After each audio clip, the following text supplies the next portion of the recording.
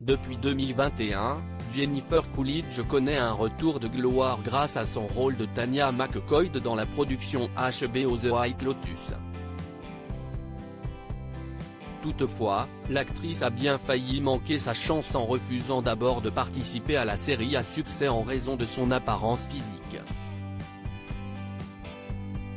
CST en incarnant la mère de Steve Stifley, adolescent suintant les hormones et la gêne dans la comédie américaine puis à la fin des années 1990 que Jennifer Coolidge entame son ascension à Hollywood.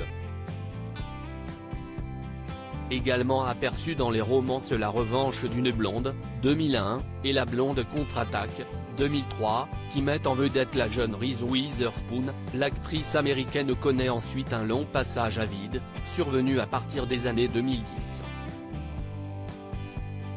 Ce n'est que des années plus tard, dans la série HBO The White Lotus qu'elle fait son grand retour. Glissée dans la peau de Tanya McCoy, l'une des richissimes clientes quelque peu névrosée et chouchoutée par le personnel de l'hôtel éponyme, la revenante embrasse de nouveau le succès et rafle 3 récompenses, le Primetime Emmy Award et le Golden Globe de la meilleure actrice dans un second rôle, ainsi que le SAG Award de la meilleure actrice dans une série dramatique. Lorsqu'elle reçoit le prestigieux Golden Globe, la lauréate ironise les larmes aux yeux sur cette période creuse et cette renaissance presque inespérée. Maintenant, mes voisins me parlent. Je vous jure, avant dans mon quartier personne ne m'invitait dans leur soirée et aujourd'hui tout le monde m'invite. Désormais vedette hollywoodienne en vogue, Jennifer Coolidge aurait pu ne jamais revenir sur le devant de la scène et a bien failli manquer sa chance pour The White Lotus, une production qu'elle voulait d'abord décliner en raison de son apparence qui la mettait mal à l'aise, telle qu'elle l'a confié lors d'un entretien avec The Guardian en 2021.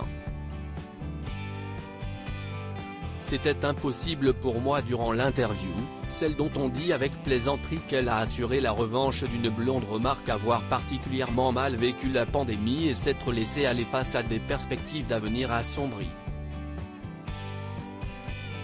J'avais une approche fataliste et je supposais que le virus allait gagner, je ne pensais pas au travail, parce que je ne pensais pas que nous serions en vie.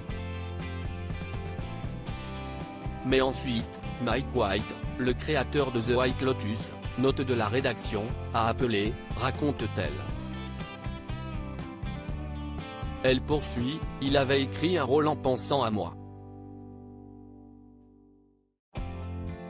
J'ai dit, ok, quand est-ce qu'on le fait? Il a dit, qu'est-ce ce que tu veux dire? On vient d'obtenir le feu vert. On le fait maintenant. Tu dois prendre l'avion pour Hawaï. C'était impossible pour moi.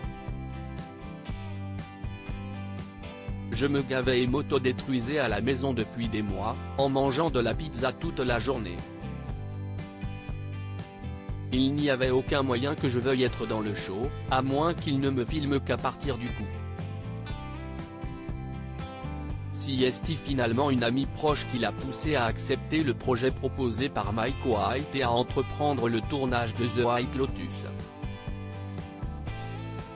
Une grande amie à moi m'a dit de le faire. Je ne peux pas vous dire à quel point j'ai failli ruiner tout cela. C'est une si belle leçon de vie. Je ne me serais jamais pardonné. Je me serais assise pour regarder The White Lotus et j'aurais dit, à quoi je pensais? Je suis une folle. Beaucoup d'entre nous, acteurs, sommes si peu sûrs de nous-mêmes et avons peur de l'échec que nous gâchons nos propres chances. Jennifer Coolidge a finalement vaincu ses angoisses pour vivre un renouveau, et ce, pour le plus grand bonheur des téléspectateurs.